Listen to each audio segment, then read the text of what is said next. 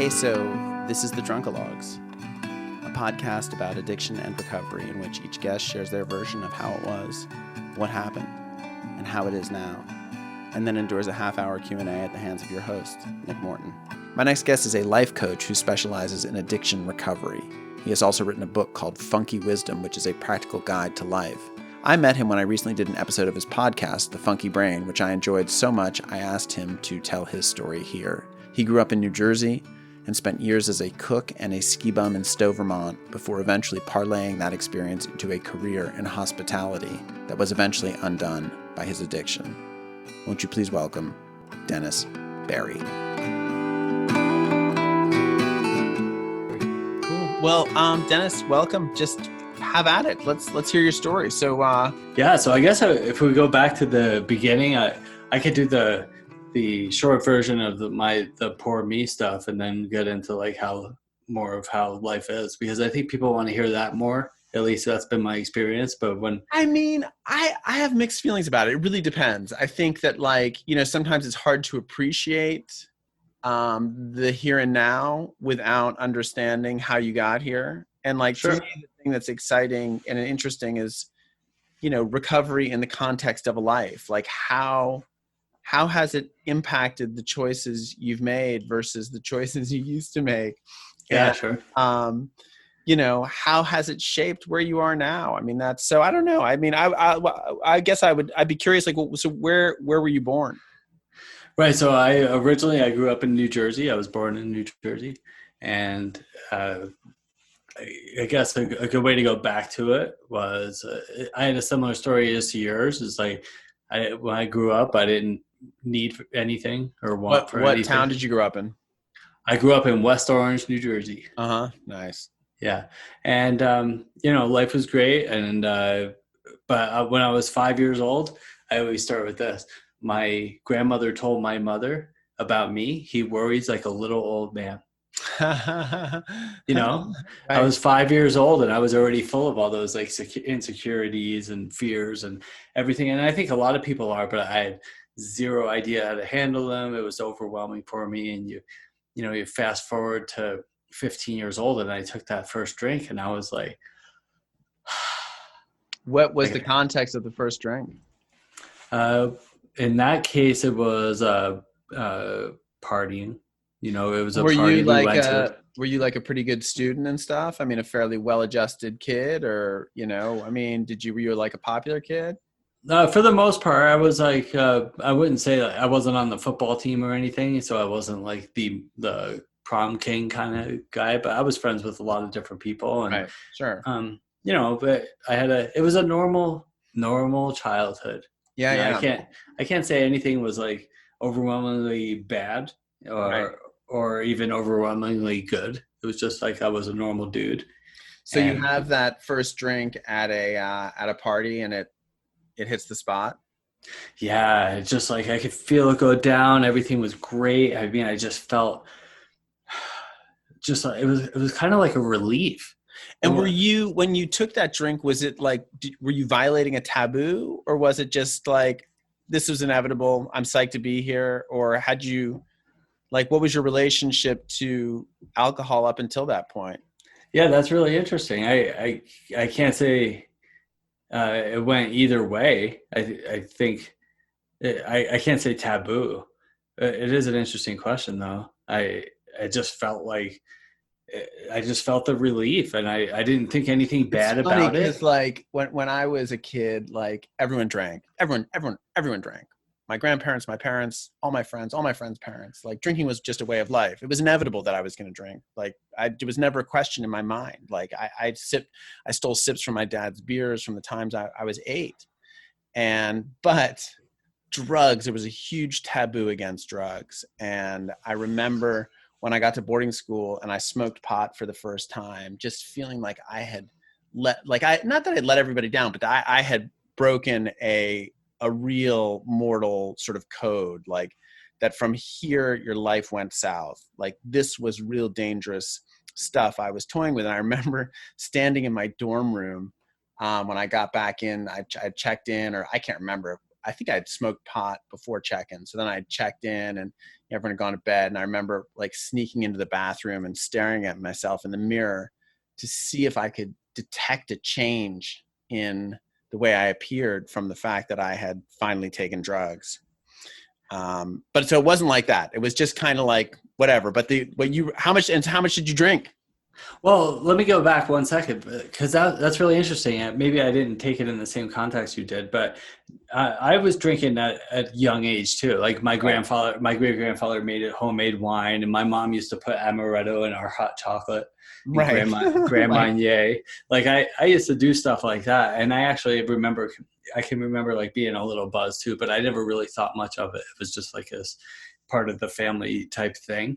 Right. And then, but when I was 15 and I got drunk, you know, Right. and that was different. I don't know if taboo is the right word, but it's interesting the story you told about the weed, because I started smoking weed a lot right around that time, same as you. Right. And I had that same experience. Now, I giggled my ass off and I loved it, but it was also like, this is probably not right.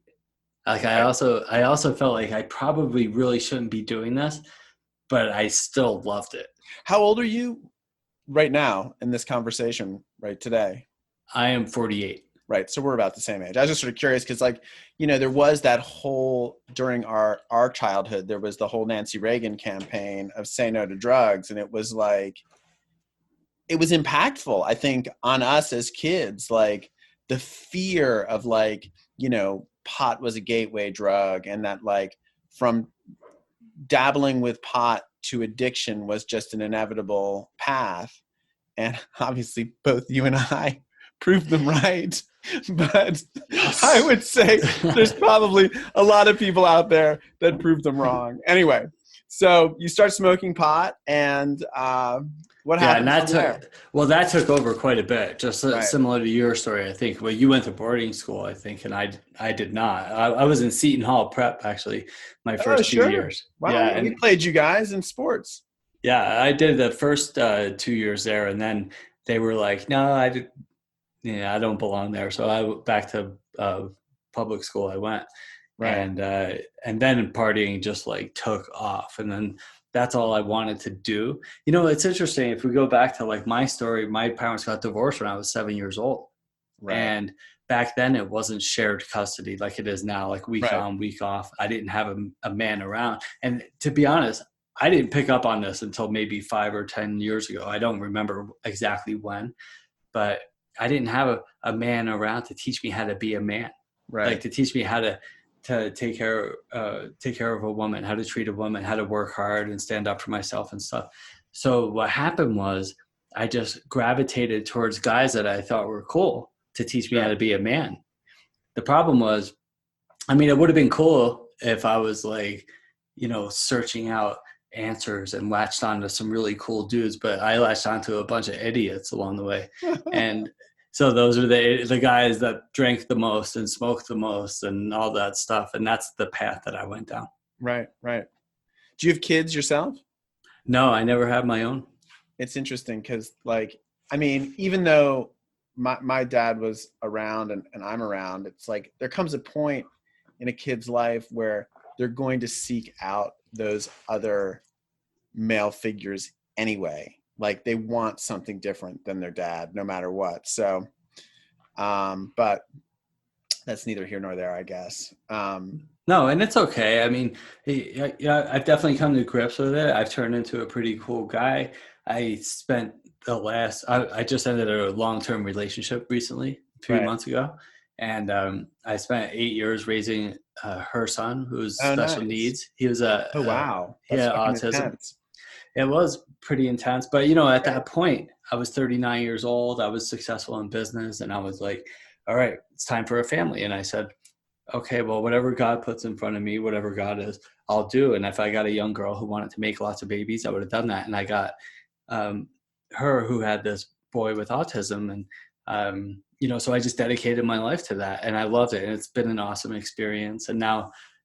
Can I ask you one more question before we go on? How long have you been sober? I've been sober since April of 2003, 17 years. So 17 years. All right. And so Do you graduate high school? I assume, right? Yeah, and I graduated high school. I went off to college up in Vermont. Where'd you go? I went to Johnson State College. Uh-huh. I wasn't smart enough to get into UVM. My wife went to Actually, UVM, so I was curious. well, I was probably smart enough. Definitely wasn't applied enough. Yeah. I mean, yes, those are two very different things. They are two very different things. And but the point is, I had no business going to college when I was 18. I did Most not people go. don't, I think. Yeah, no, actually, you're right. Most people don't. Most kids definitely Most of my do not. friends didn't. I mean, they just like partied and did not, did not take advantage of this like wild opportunity we had to like learn from some of the most interesting people in the world. And it's like, fuck that, let's just fucking do beer bongs, Yeah, from the second floor. I was like, and then doing what are those called?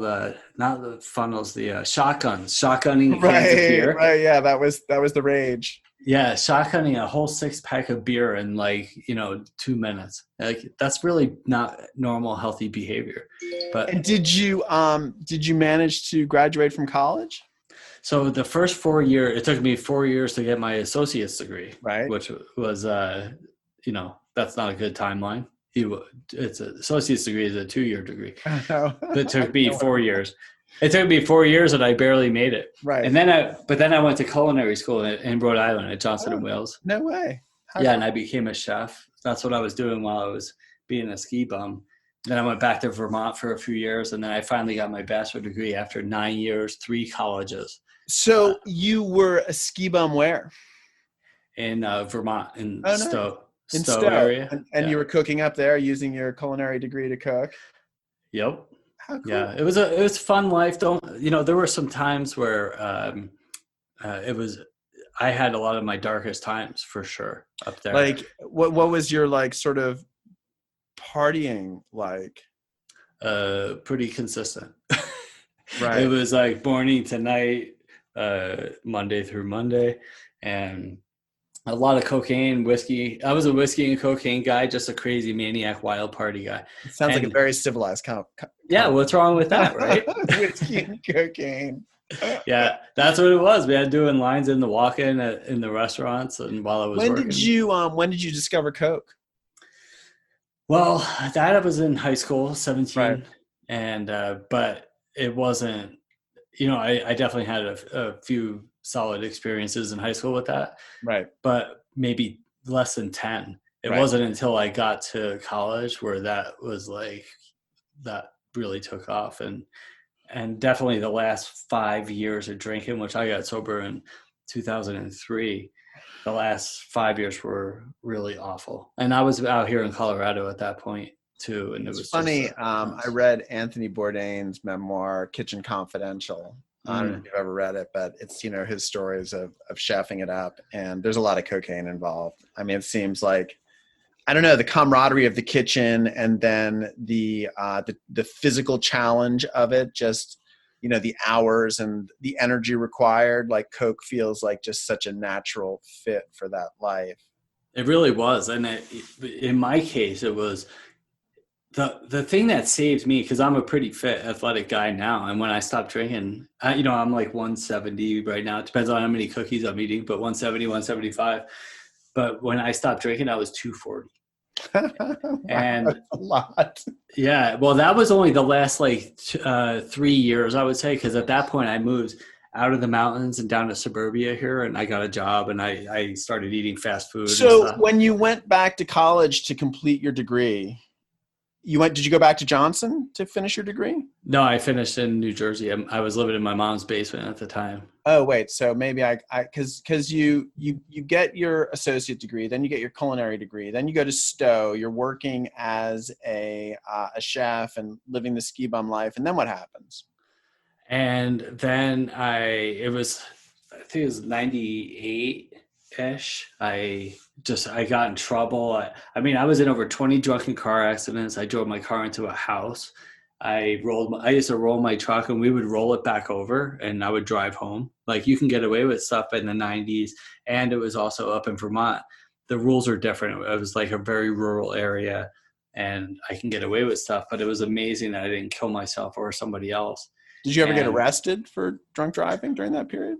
Yeah, I had two DUIs. One of Right. them, my last big one was here out in Colorado, but I had one there too in the early 90s too. And when, I mean, how fast were you going when you drove into the house? So that story is interesting. I lived like a quarter mile away, and Right. we were at this party, and everybody was doing shots of tequila, and me included. And I was like, I don't remember the circumstances, but I was like, I'm out of here. So I grabbed my keys and went outside, and everybody's like, Dennis, you shouldn't be driving. And I'm like, fuck you. And I was like puking, and I got in my car and I drove about 100 yards. And then I Right. drove over this person's front lawn, and I had a rabbit, a small little 82 Right. rabbit, I think, Yeah. and drove across this lawn and went into this house. And luckily, my car wasn't in the living room, but it penetrated the wall and definitely Oh, made a dent. And oh so my I got God. out, but I got out. My head hit the windshield. I was like bleeding out of my head and stuff, cracked the windshield. But I got out and ran home, which was only another like 100 yards away. And I got away with it. That's The next amazing. morning, I woke up and I had my keys, and I was like, huh. I went into the bathroom. I looked in the mirror, and I was like, huh. I wonder if I got in a fight or something. I didn't even remember Oh my God. driving into a house, and so I was like, huh. So I took a shower, like cleaned all the dry blood off, and then I got dressed, went outside to look for my car to go get something for breakfast, and my car wasn't there. And I was like, I walked all around looking for it. I walked down to that house where the party was. And so I called the tow company and I was like, hi, I'm calling to see if you towed my car last night. And he goes, is this Dennis? Right. And I was like, yeah. He's like, Dennis, what the hell were you doing last night? I was like, I don't know. He goes, well, I pulled your car out of a house. I was, Oh and I my was like, God. So huh. horrible. Yeah. So actually for that, I only got leaving the scene of Right. an accident. So But there must have been some financial repercussions with like having to repair that person's house. yeah, I had to pay. It was just a few $1,000s. Actually, Right. it was Oh, that's good. maybe 3 or 4,000, Right. something like that. I can't remember. So now we're going back 27 years ago. And I missed this question early on, but what was your parents what would your parents do professionally? Like were they pretty well off to sort of support a ne'er-do-well like you? Uh, th- they everything was paid for. Yeah, Right. yeah. Right. So it was yeah. I had a great life. Again, I've been in meetings with people over the years that doctors, lawyers, public figures, celebrities, entertainers, and then I've been in there with people under the bridge and Yeah. everything in between. Yeah, no, it's interesting. I made a TV show about recovery a couple of years ago, and like there was a couple, and they were in the show. They're admitting their daughter to this sober living house, and the actors playing the couple were like, "We think we should be divorced," and I was like, "No, the whole point is that like you did everything right. You Yeah, kept your family together. You showered your child with love, and she still ended up an addict. It's not your yeah, fault. It's nobody's fault, you know." yeah, yeah. We Um, just had the way that we had, and you know, as a parent, whoa, as a parent, you do the best that you can, and you right, hope for the best. You arm them with the information, and you hope for the best. You read all the books, the blogs nowadays. You listen to your friends, the ones that you care about, and you instill these qualities in your kids. And you hope for the best. My sister, I always say, she in my eyes, from what I've seen on the outside, is I think she's the best mom in the whole world. right, And uh, but she's screwing her kids up on some level, right, and sure, yeah, because at some point what it's happens is, inevitable.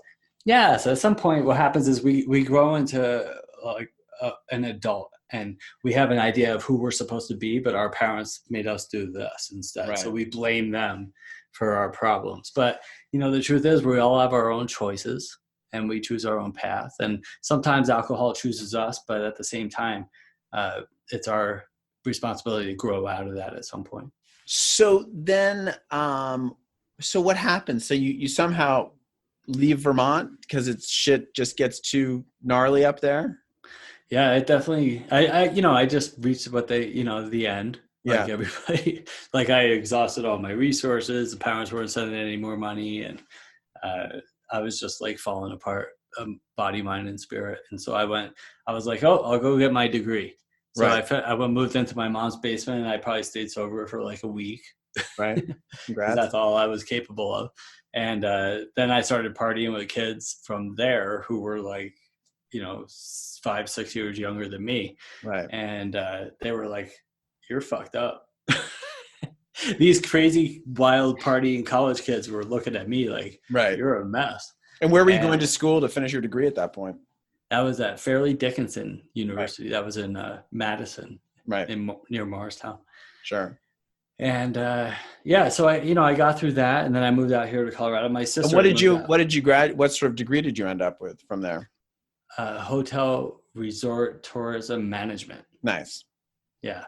So it was in my field. It was what I was doing. I already had the culinary degree, right. And it was a business degree. A lot of business classes involved in that. And so I moved out here to Colorado. I got a job at Cisco Food Service. I was doing sales. And what town are you living in? Are you at this point in Denver or Boulder? Littleton.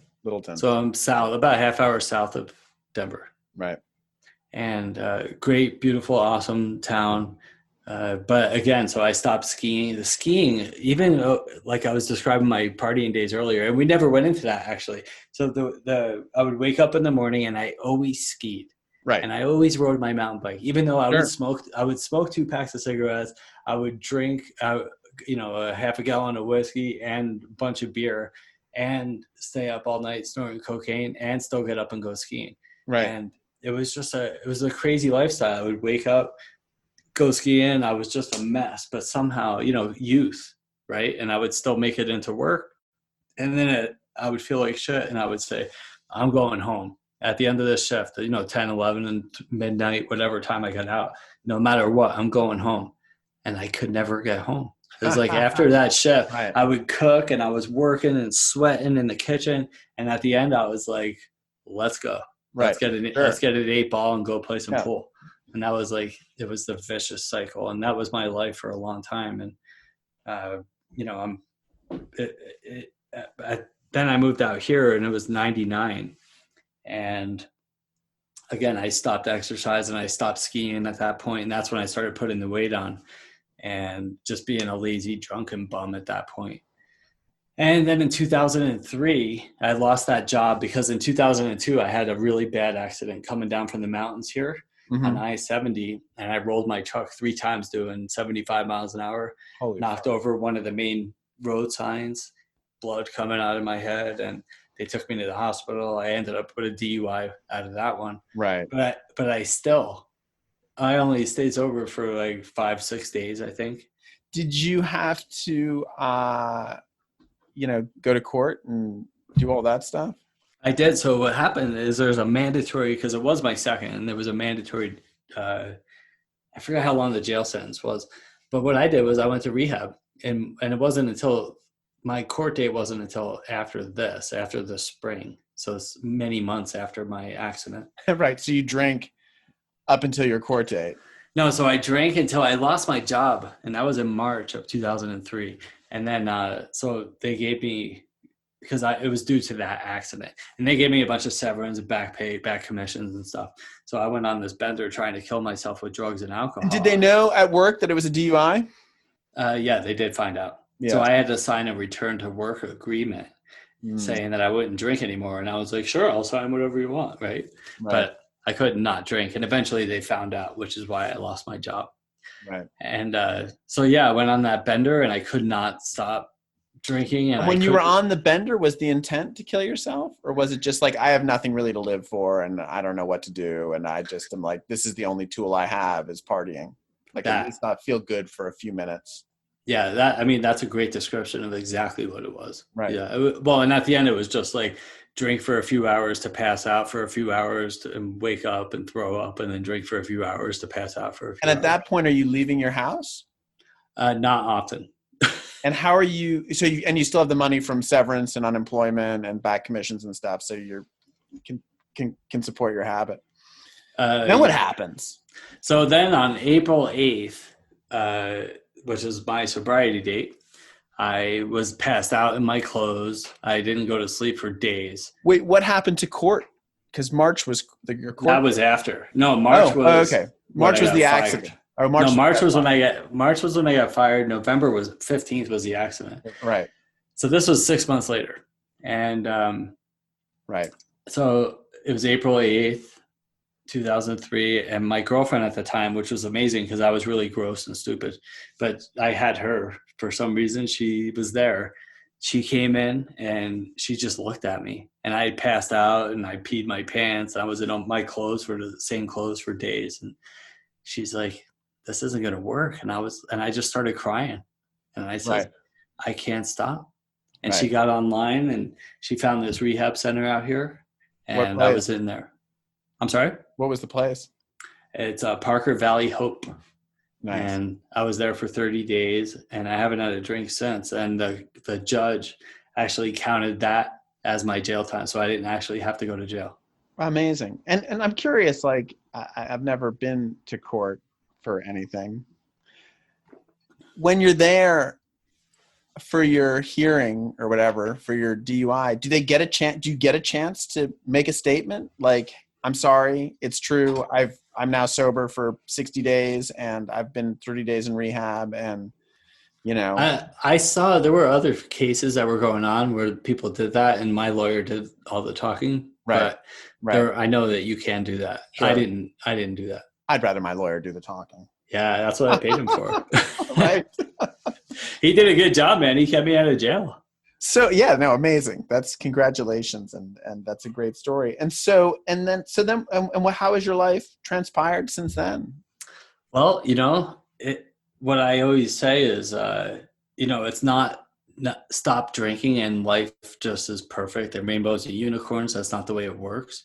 Right. The reason I drank was because life was difficult. Right. And it was still difficult, and it's a lot less difficult than it was, which is a good way to put it. Is that I had a few years, the way the book talks about it, there's a long period of reconstruction ahead. Right. And that was certainly the case for me. I was 31 years old and didn't know how to live life. And I think that's important to note, because the reason that most people fail in sobriety is because, well, one, it's really hard, especially at first. But the second is like, you don't continue to grow, right? It's like, I need to grow somehow. I need to change, because what I'm doing, it was killing me. And it took me a few years to figure out how to live, how to cope. The drinking, the drugs, the chocolate, the shopping, the playing with yourself, all these things, those are just distractions. Those aren't the real problem. The problem is my thinking. And I needed to reprogram my whole thinking, my whole life, so I can learn how to live, so I can have successful relationships, so I can try to start businesses or be more successful in life. It's interesting because, like, I've been sober for 10 years, and like lots of great stuff has happened to me in sobriety. I mean, great stuff. My wildest dreams have come true. Sure. But sometimes when I sit and I look at it, I am like, well, all that stuff was going to happen anyway. It was inevitable. And all I had to do was grow up. And the reality is I couldn't grow up until I got sober. I just couldn't figure out. I still struggle a lot to be a grown up, but like,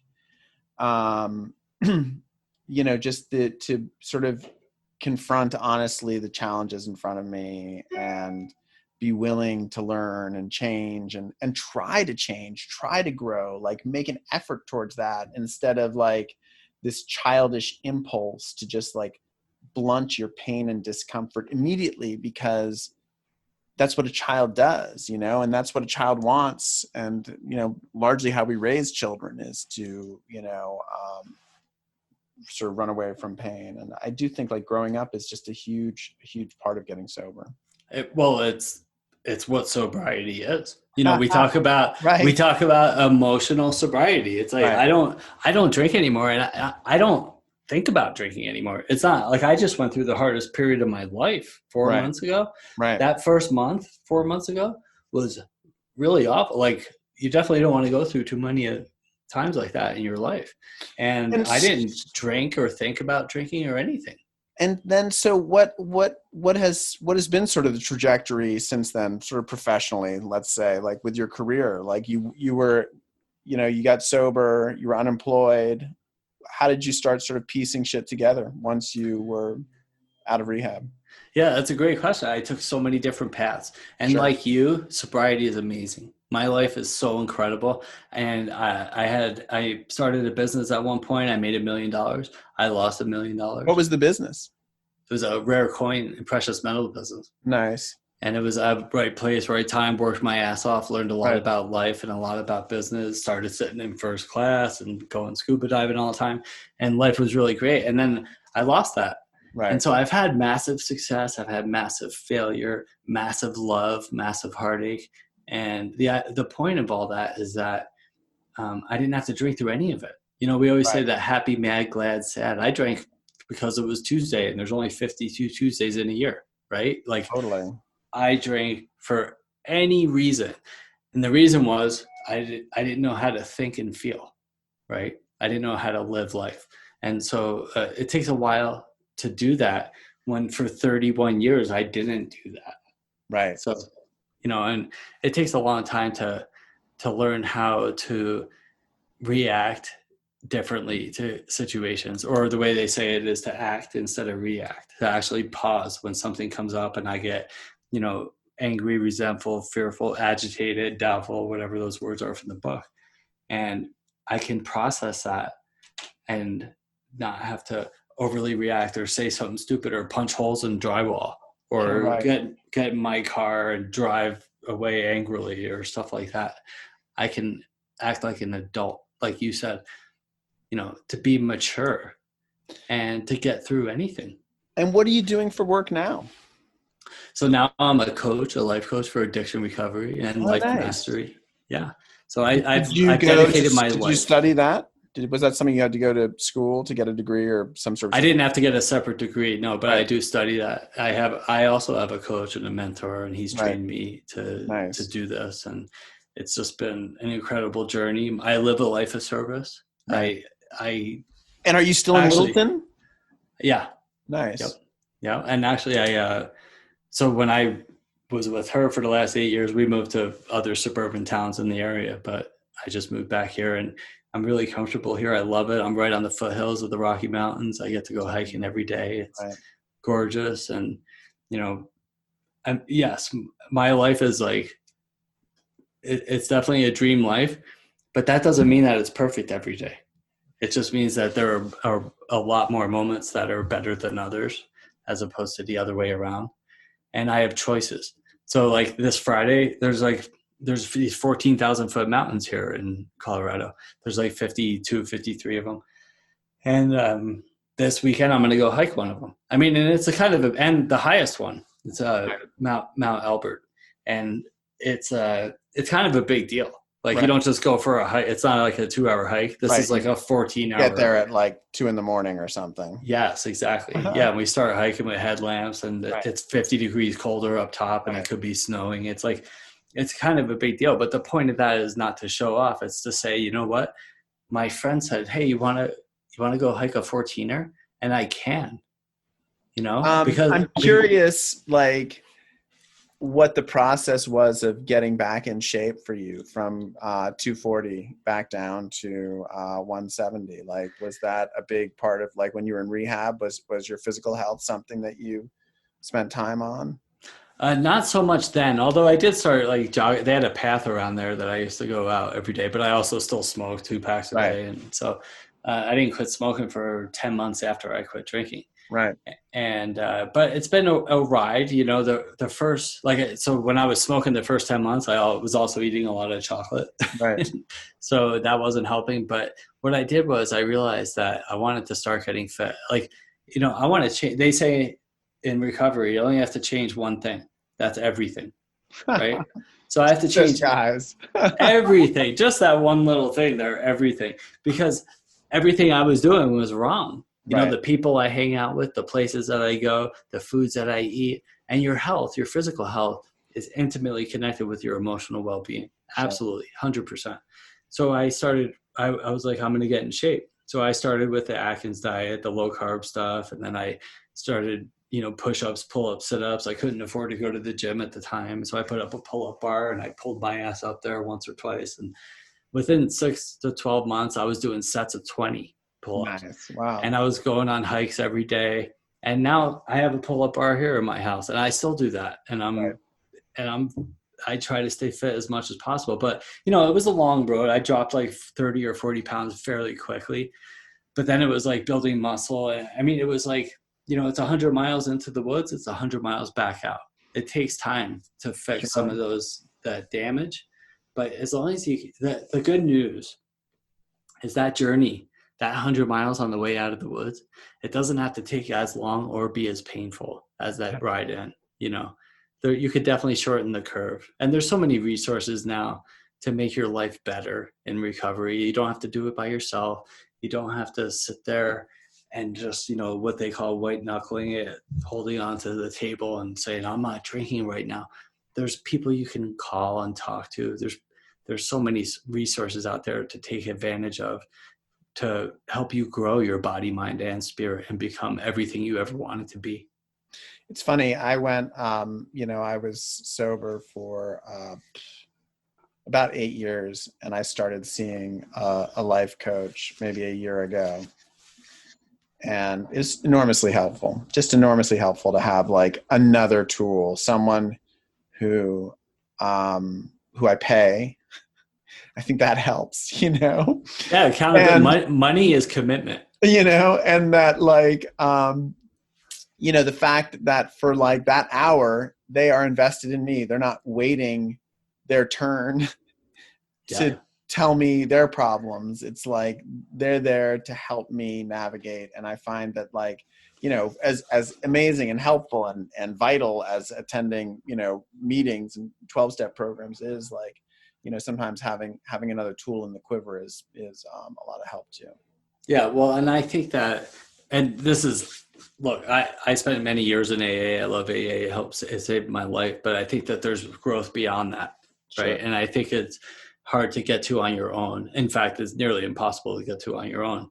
And I think you need some outside help. And, what I offer is like helping people get focused, laser focused on your goals and achieving all your goals and dreams, because they're all achievable. Every one of them. It's just a matter of having the right focus and focusing on one thing at a time. Part of my problem is I'm always thinking and trying to do 10, 20, 30 things at a time. We really need to get laser focused on what it is we want to do and accomplish. Me too. I'm doing way too many things. Right. Well, I mean, it doesn't get done then. I take New Year's Eve resolutions, for example. Here's these 5 things. I'm going to lose weight, get sober, fix my relationship, make more money, blah, blah, blah. And then we're trying to juggle all these plates. We have them all in the air. And 2 weeks later, we're like, this is too much. So I started drinking and eating chocolate cake. And then next year, it's the same 5 New Year's resolutions. So what I do is we get laser focused on the one thing. We focus on one major goal, only one at a time. Oh, wow. And that could be a financial goal. It could be a relationship goal. It could be an emotional goal. It could be I need to forgive somebody who sexually molested me 30 years ago. Right. Or forgive my ex who beat me 20 years ago. It could be any type of goal you want to work on, but only one major goal at a time.